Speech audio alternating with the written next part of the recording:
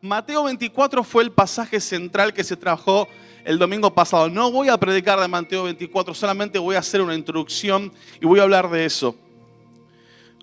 Mateo 24 es uno de los principales pasajes que la Biblia nos presenta acerca de las cosas que van a suceder en los últimos tiempos. Porque, hermanos, estamos en los últimos tiempos. Si alguno se cree que todo va a ir bien, si alguno se cree que, no sé, porque ahora algunas cosas van a cambiar en nuestro país, las cosas van a ir mejor, quiero decirte que eso es falso, eso es mentira. Y eso habla de nuestra falta de lectura y comprensión de la Biblia. Mateo 24 nos presenta qué es lo que va a estar sucediendo en los últimos tiempos. Jesús le decía a sus discípulos que antes del fin iba a haber algunas señales y que esas señales iban a ser intensificadas como los dolores de parto. Cuando yo leía esto me acordaba cuando estaba por nacer Teo. Majo estaba embarazada, ya era el último día, y ese día estaba cocinando milanesas. Y es más, debo serles sinceros, recuerdo esas milanesas como las mejores que cocinó en su vida, ¿no? Ella estaba ahí en el horno, era napolitana, me acuerdo. Estaba ahí en el horno y nosotros con Ian contando. Ya va cada tantos minutos. Y ahí estábamos, ¿no? Hasta que llegó un momento en donde rajemos para el hospital, ¿sí? De la misma manera, las señales que Jesús le estaba diciendo a sus discípulos van a empezar a suceder entre nosotros. Así como las contracciones se aceleran, de la misma manera las señales antes del fin van a suceder. ¿Y cuáles son esas señales? Jesús le decía a sus discípulos que esas señales van a ser, por ejemplo, vamos a oír de guerras y rumores de guerras. No es casualidad lo que está pasando en algunos países como Chile, Ecuador, etcétera, Bolivia. Se levantará nación contra nación y reino contra reino. Habrá hambres, o sea, pestes también, dice otra versión, y terremotos. La iglesia será perseguida y los cristianos serán aborrecidos. Ahora, si bien en Medio Oriente la iglesia es perseguida, algunos son encarcelados, otros son mártires, y eso también lo decía Jesús. A nosotros hoy quizás no nos toca ver eso. A nadie nos pone un arma para negar a Jesús. Pero en medio de las situaciones o realidades que enfrentamos a diario en la vida, hay diferentes cuestiones o diferentes cosas que nos llaman a negar nuestra fe. Y eso tiene que ver con la persecución. Ahora, en medio de todo eso, Jesús advierte que muchos se apartarán de la fe. Y surgirá un gran número de falsos profetas que engañarán a las personas. Ayer, por ejemplo, veía algo que me compartió alguien acerca de una persona que en los 90 venía a esta congregación y en su Facebook ponía: si necesitas consultas sobre tarot, no dudes en preguntar. Y otra persona que está apartada le pone: no entiendo nada, si vos eras mi líder en la iglesia. Ahora, qué locura esto, ¿no? Y estaba quizás sentado al lado tuyo como hoy estás. Y hoy está en esa situación. ¿Por qué? Porque muchos ante las señales, al no comprenderlas, al no entenderlas, se van a apartar de la fe. El otro día en Merlo, cuando volvía de la iglesia, yendo de camino a casa, encuentro una nueva iglesia, porque ahora hay iglesias por todos lados. Se llama El Show de la Fe. No sé si alguno la vio. Ya el nombre, El Show de la Fe, me habla mucho. Y ahí tiene un banner que dice: entre aquí y reciba gratis un milagro. Ahora, ese es el nivel bizarro de los falsos maestros. Esas cosas suceden hoy en día y hay cosas mucho más sutiles que hoy suceden, como por ejemplo el evangelio humanista, que está tan arraigado, ¿no? Hace unos domingos atrás el pastor Zaraco decía que había ido a Peñiel y quedó sorprendido de los libros muy enfocados en la persona que hay. Y está bueno, a veces necesitamos ayuda, pero cuando esa ayuda no te direcciona a Jesús, ese es un falso maestro. Porque todo debe dirigirnos hacia Jesús. Pablo le decía a Timoteo que en los postreros días iban a surgir falsos maestros, falsos predicadores que iban a hablar lo que la gente quería escuchar. Y eso hoy está entre nosotros, porque estamos en los últimos tiempos. Y dice que habrá tanta maldad que el amor de muchos se enfriará. Y este mensaje es fuerte, es duro, pero yo quiero leerte una promesa que está al final, y eso sí lo vamos a leer. Mateo 24, 13 al 14, y lo vamos a poner en pantalla. Dice, mas el que persevere hasta el fin, este será salvo. ¿Sí? Se ve poquito, pero no importa. Y será predicado este evangelio del reino en todo el mundo para testimonio a todas las naciones, y entonces vendrá el fin. Así que, así como en los últimos días vamos a ver tanta maldad, de la misma manera va a venir un avivamiento sin precedentes. Amén. Parece que algunos no lo entendieron. Algunos se quedaron solamente con la parte esa de la maldad. Va a crecer la maldad, pero los hijos de Dios se van a levantar y vamos a vivir un avivamiento sin precedentes. Amén. Ahora, el llamado a la iglesia es a perseverar, permanecer firme. El llamado de la iglesia es a trascender. Y este es el nombre que hace unos años atrás Dios nos dio para un campamento que tuvimos de jóvenes. Trascender, ¿qué significa trascender? Empezar a ser conocida, algo que está, o una cosa que estaba oculta. Hacer sentir sus efectos o tener consecuencias una cosa en lugar o medio distinto de aquel en que se produce. Entonces, una iglesia que trasciende es una iglesia que vive y predica el evangelio. Y en ese orden, que vive y predica, no que predica algo que no vive, sino que vive y predica el evangelio. Una iglesia que entiende los tiempos y se prepara para afrontarlos. Es una iglesia que transforma la realidad. Y Dios nos ha llamado a vos y a mí como iglesia a trascender. Vos y yo somos iglesia, no separados, sino juntos. No puedo ser iglesia yo solo, somos iglesia juntos. Y juntos Dios nos llama a perseverar y permanecer firmes hasta el fin. Amén. Ahora, ¿cómo somos esa iglesia que permanece firme? ¿Cómo somos esa iglesia que trasciende? Cuando Jesús le estaba hablando en Mateo a sus discípulos, hay algo re loco que dice, todas estas señales antes del fin fueron profetizadas por Daniel. No por mí, sino por el profeta Daniel. Y ahí nos vamos a ir al Antiguo Testamento. Si Jesús dice, vean lo que hizo Daniel, lo que dijo Daniel, entonces Daniel también nos va a dar la clave acerca de cómo la iglesia debe prepararse para permanecer firme hasta el fin. ¿Cuántos quieren ser de esos que permanecen firmes? ¿Hay alguno acá que quiere ir para atrás? No. ¿Hay alguno que quiere ser de esos que apostatan de la fe? Apostatan, no me acuerdo ya cómo se dice. ¿Apostatan? Bien, la apostasía es cuando vos renunciás a tu fe, cuando vos rechazás tu fe.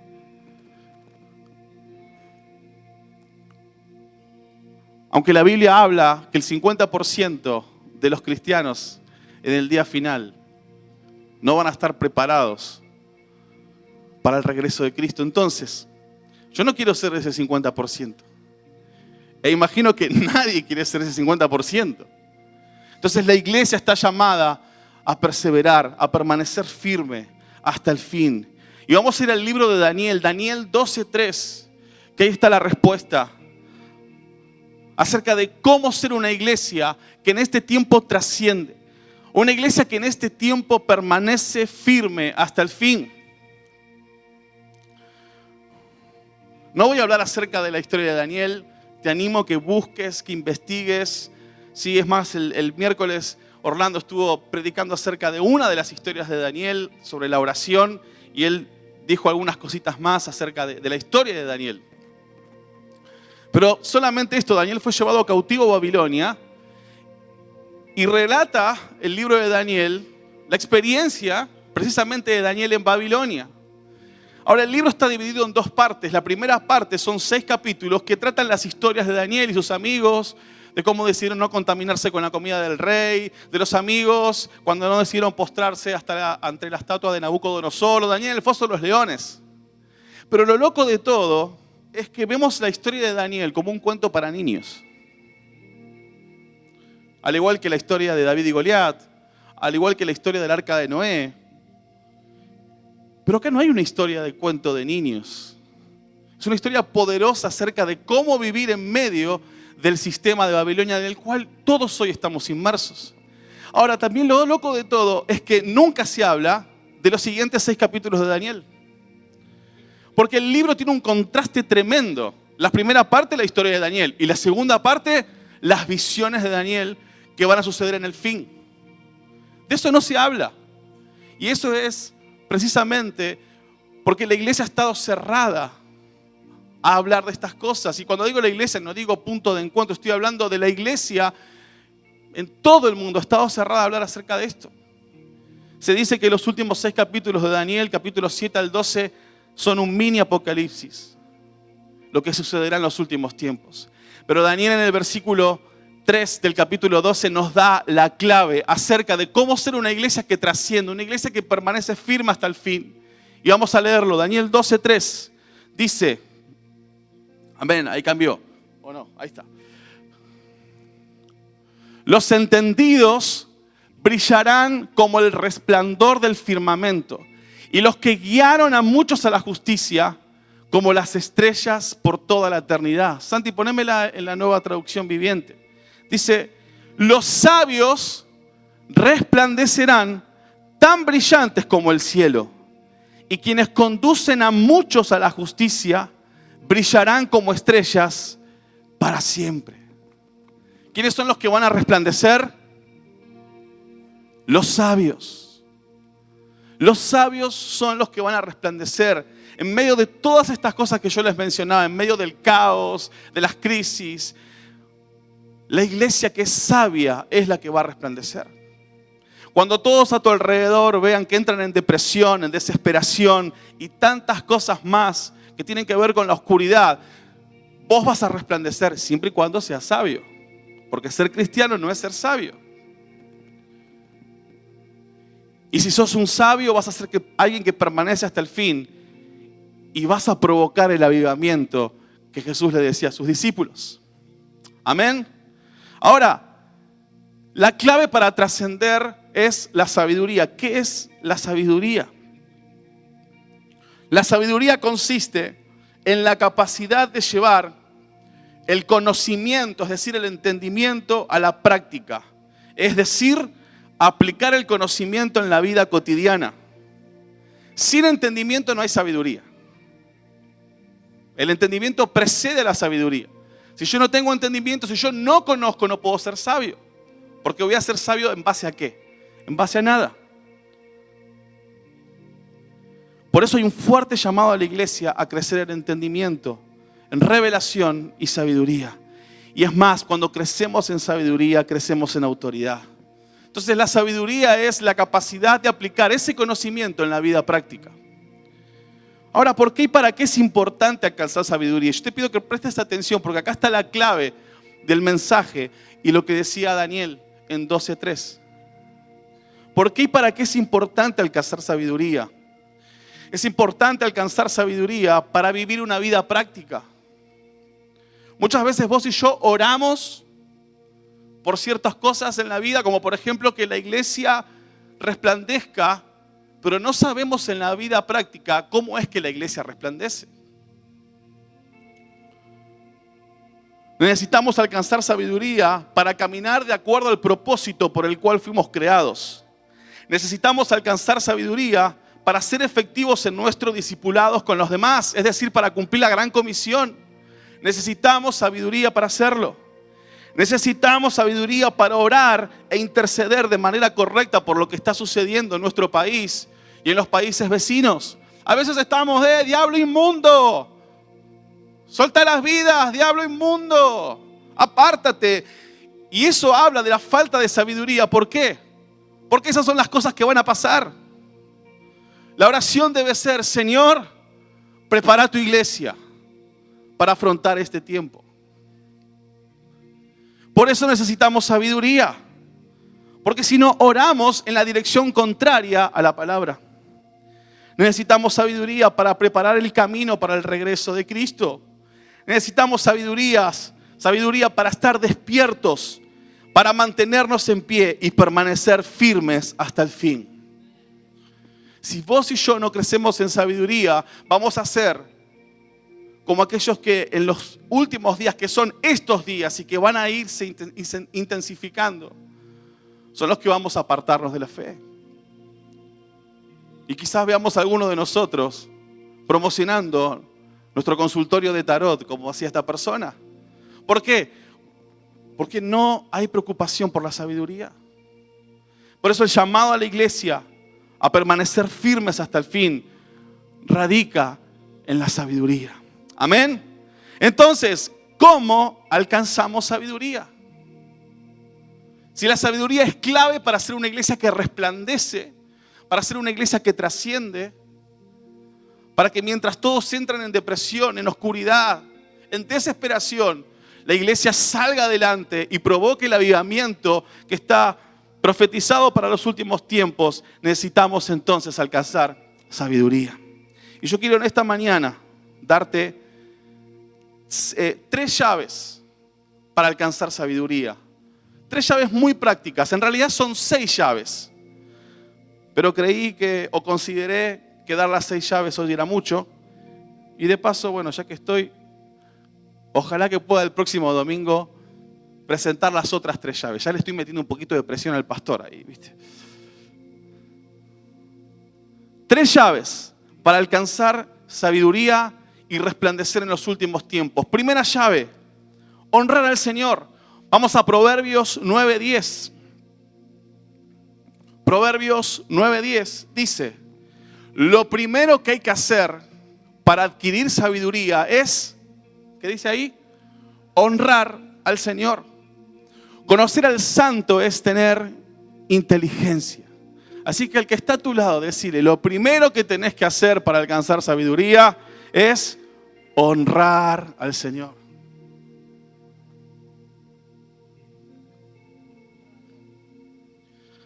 La Reina Valera dice que el principio de la sabiduría es el temor del Señor, no es el miedo. Porque temor no está hablando de miedo, sino que temor está hablando de respeto, de honra, de consideración.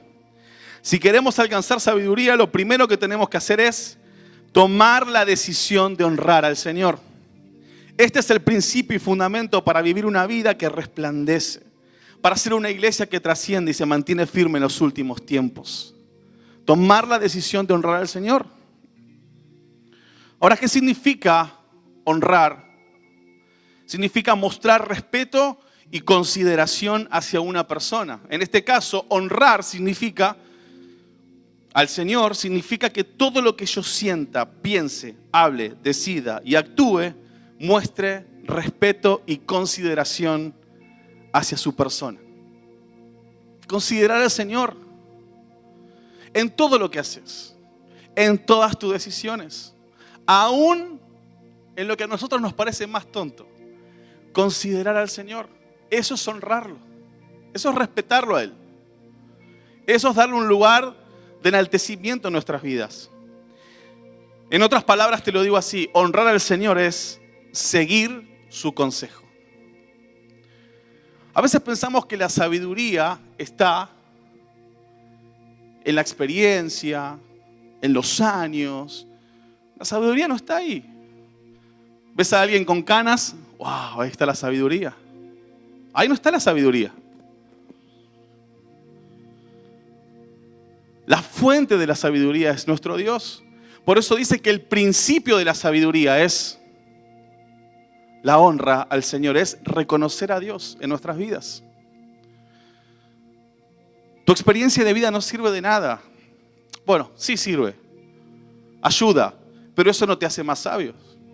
Que vos tengas 40, 50, 60 años en la iglesia no sirve de nada si no tenés arraigado en tu vida el principio de honrar al Señor. A veces creemos que porque uno es grande, yo tengo 70 años, vos tenés 25, 22, vos sos un pibe todavía. No, a veces hacemos así, ¿no? Y creemos que somos más sabios por eso, pero no. Por eso Pablo le decía a Timoteo sobre los últimos tiempos, que nadie tenga en poco tu juventud. Que nadie te menosprecie por ser joven. Porque la sabiduría está no la edad, sino que la sabiduría está, en primer lugar, estableciendo un fundamento en tu vida de considerar al Señor en todos tus caminos, de honrar al Señor. En Marcos 12, 30 y 31, Jesús establece el parámetro de honra a través del gran mandamiento. Amar al Señor con todo tu corazón, alma, mente y fuerzas. Y después dice que el segundo es amar a tu prójimo como a ti mismo. Y de paso te doy una perlita. Cuando dice amar a tu prójimo como a ti mismo, ¿qué es lo que nosotros decimos? Amar a mi prójimo como yo me amo, ¿o no? Y sabemos de que si yo amo al Señor, entonces voy a poder amarme de manera correcta y voy a poder amar de manera correcta a mi prójimo. Pero cuando dice como a ti mismo, Jesús está diciendo de la misma manera que el Señor te ama a vos. Eso es, así, Jesús te dice, así como a ti mismo yo te amo, vos así amás al resto. Y si lees en Juan, creo que es Juan 13 o 14, habla que el amor que se tengan unos a otros será la muestra de que son mis discípulos, verdaderamente mis discípulos. Y habla de entregar nuestra vida por nuestro prójimo. Ahora yo quiero preguntarte, ¿cómo estás parado frente a esto? ¿Estás considerando al Señor en todos tus caminos, en todas tus decisiones? Esa decisión de trabajo, esa decisión de familia, esa decisión económica, financiera o lo que sea. ¿Estás considerando al Señor? A veces podemos decir, no sé, tengo que tomar una decisión en cuanto a algo financiero y recurrimos a alguien que la tiene clara en el tema económico. Y eso está bien. Pero le preguntaste al Señor, por decir un ejemplo, ¿cómo estamos parados enfrente a esto? Ahora, Daniel fue una persona trascendente porque desde el principio, cuando él fue llevado cautivo a Babilonia, tomó la decisión de honrar al Señor. Daniel 1:8 dice que él propuso en su corazón no contaminarse con la comida del rey. Es decir, no amoldarse al sistema. Ahora, junto con Daniel fueron llevados otros jóvenes que no eran menos especiales que Daniel. Eran igual. Pero Daniel tuvo una determinación. Él dijo, yo estoy determinado a honrar al Señor. Y tomó una decisión extrema. Porque la Biblia no dice que los amigos deshonraron al Señor. No dice eso. No dice que se fueron al mundo, no dice que se apartaron, no dice eso. Dice que Daniel propuso en su corazón, se determinó a ser extremo. Y quizás los demás le decían, che Daniel, aflojá un cachito. Tampoco es tan así como decís. Me parece que eso es un poco exagerado. Dale, no estamos en nuestro lugar, estamos en otra cultura, podemos comer un cacho de carne, ¿sí? No, Daniel dijo, yo propongo en mi corazón no contaminarme con la comida del rey.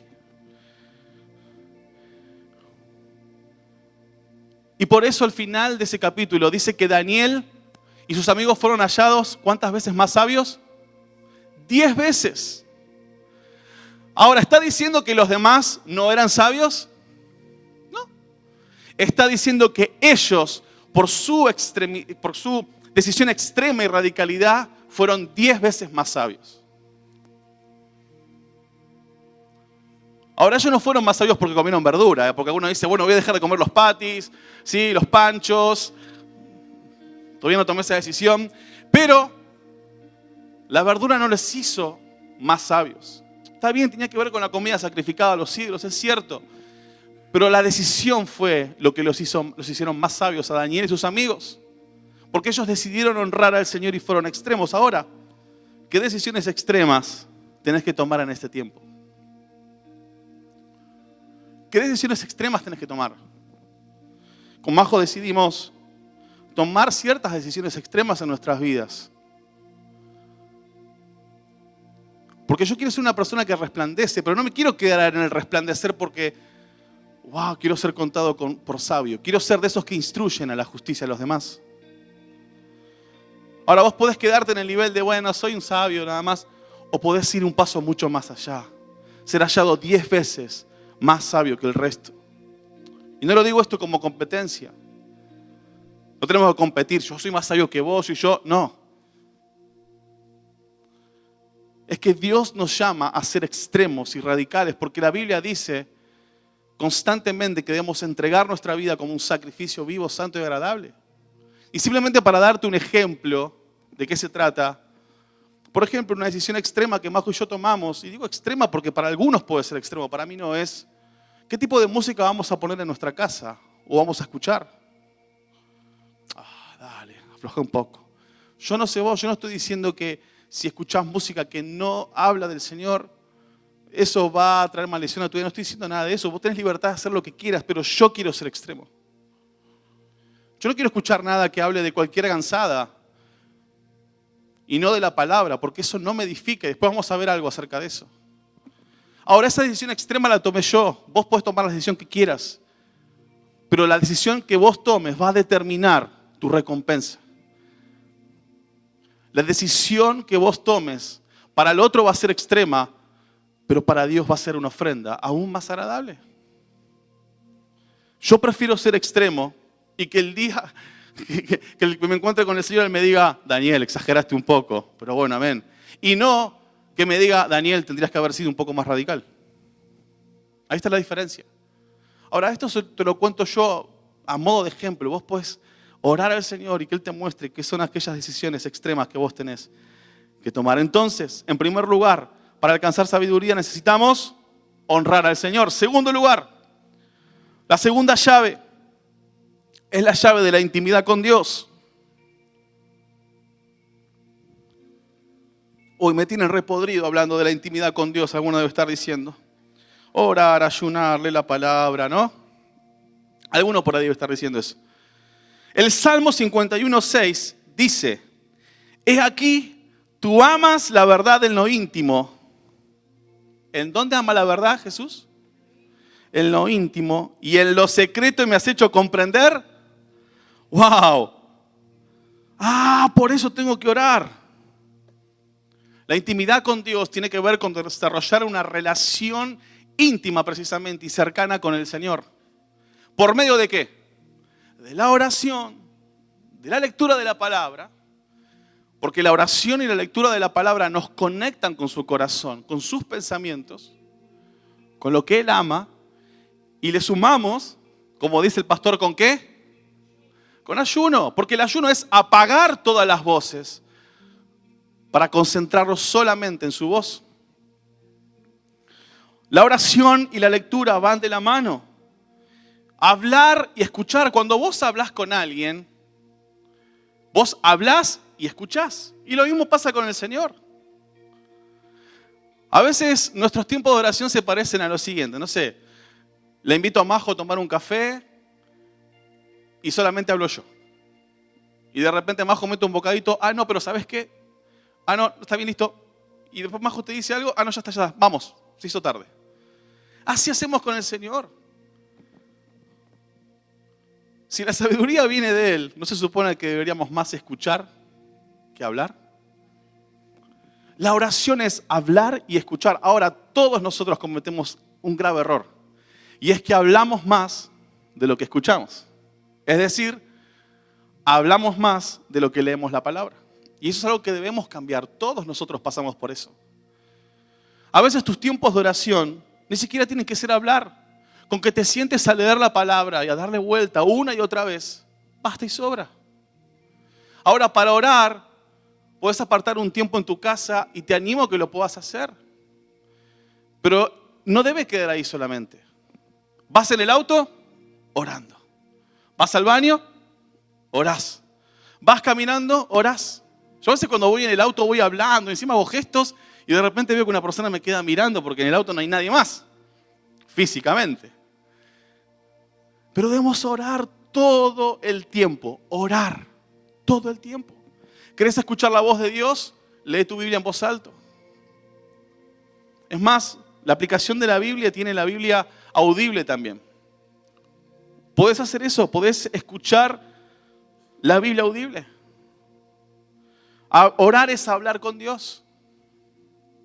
Oseas 4:6 nos dice que la iglesia perece o se pierde por falta de ¿qué? De conocimiento. Y si bien el conocimiento tiene que ver con entender, con recibir información. El conocimiento en realidad tiene que ver con la intimidad. Porque cuando la Biblia habla de conocer, habla de cómo un esposo conoce a su esposa en intimidad. Y ustedes me entienden. Habla de ese nivel más íntimo y cercano. La oración provoca eso. Es ese nivel cercano, profundo. Es decir, Señor, llévame más profundo, como cantábamos hace un rato. Ahora, si nosotros no tenemos tiempos de oración y de búsqueda, vamos a ser confundidos y pereceremos. Una iglesia que desarrolla un estilo de vida de intimidad es una iglesia que permanece firme en los últimos tiempos. Y si querés base bíblica para eso, anotate este pasaje, Lucas 18, 7 al 8. Lucas 18, 7 al 8 dice que Dios va a hacer justicia a aquellos que día y noche oran. Y dice, cuando venga el Hijo del Hombre, ¿hallará fe en la tierra? O sea, la oración está alineada con la fe. Podemos decir que tenemos mucha fe, pero si no oramos no crecemos en esa fe. Día y noche. Vas en el auto, orás. Estás cocinando, orás. Venís a la iglesia, orás. Y después tenés tus tiempos de quietud. Te levantás más temprano o apartás un horario a la noche cuando quieras. Ahora yo sé que muchos se frustran con eso. Muchos dicen, ay, pero yo no puedo orar 1 hora. Me acuerdo que el año pasado uno me dice, ¿sabes qué? Yo tenía una bronca. ¿Qué pasó? Le digo. Porque vos hablás acerca de orar.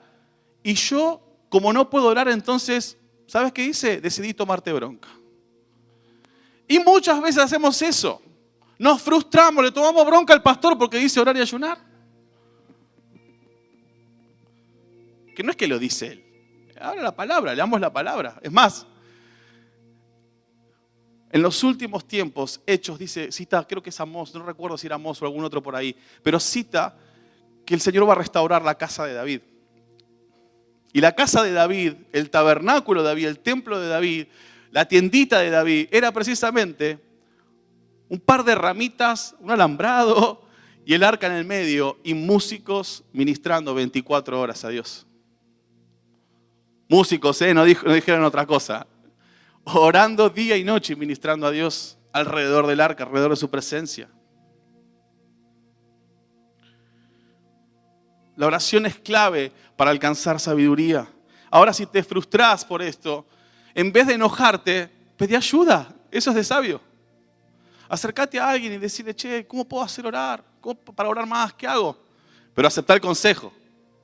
Porque a veces uno le puede decir, che, Enrique, ¿qué hora te levantás? A las 7. ¿O levantaste a las 6?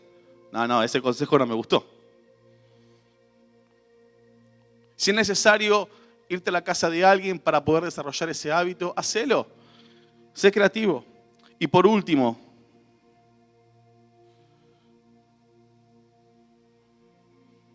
primera llave, honrar al Señor. Segunda llave, intimidad con Dios. Tercera llave, la llenura del Espíritu.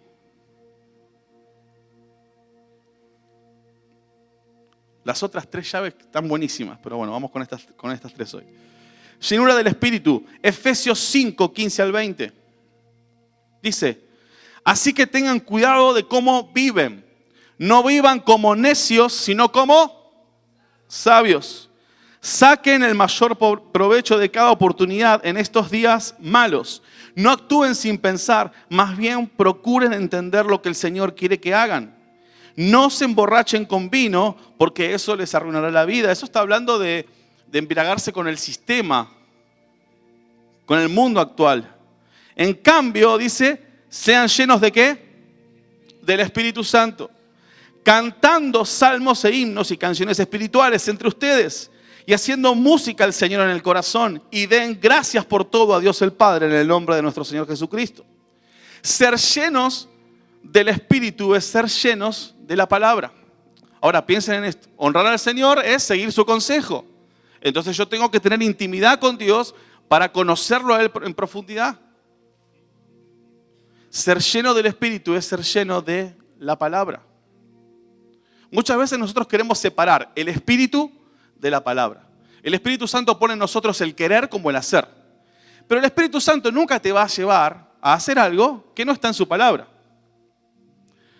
A través del sentir del Espíritu hemos justificado quizás todo tipo de desobediencia o rebeldía. El Espíritu Santo es impredecible, pero Él nunca va a contradecir la palabra. Porque el Espíritu Santo tiene que ver con la palabra. Ser lleno del Espíritu Santo es ser lleno de la palabra. El Espíritu Santo es el que nos va a ayudar a que reflejemos el carácter de Cristo para que tengamos las actitudes correctas. Ahora el apóstol Pablo nos exhorta a tener cuidado de cómo vivimos. No vivir como necios, sino como necios aquel que se amolda a la realidad. O trata de justificar la palabra, o sea, trata de justificar su vida con la palabra, ¿no? Necio es aquel que se amolda a la realidad. Entonces vos ves a tu alrededor que esto es todo un desastre y vos te amoldás a eso. ¿Por qué? Porque no estás alineado con la palabra. Porque no tenés relación con la palabra. En cambio, el sabio es aquel que alinea su vida con la palabra. La palabra dice A y yo digo A. Dice B y yo digo B. Sabio es aquel que sigue el consejo de Dios. Por eso vos y yo debemos aprovechar bien el tiempo y sacar provecho de cada oportunidad donde su palabra sea expuesta. Por ejemplo, por eso la Biblia dice que debemos congregarnos. Y sobre todo cuando aquel día se acerca. Porque hoy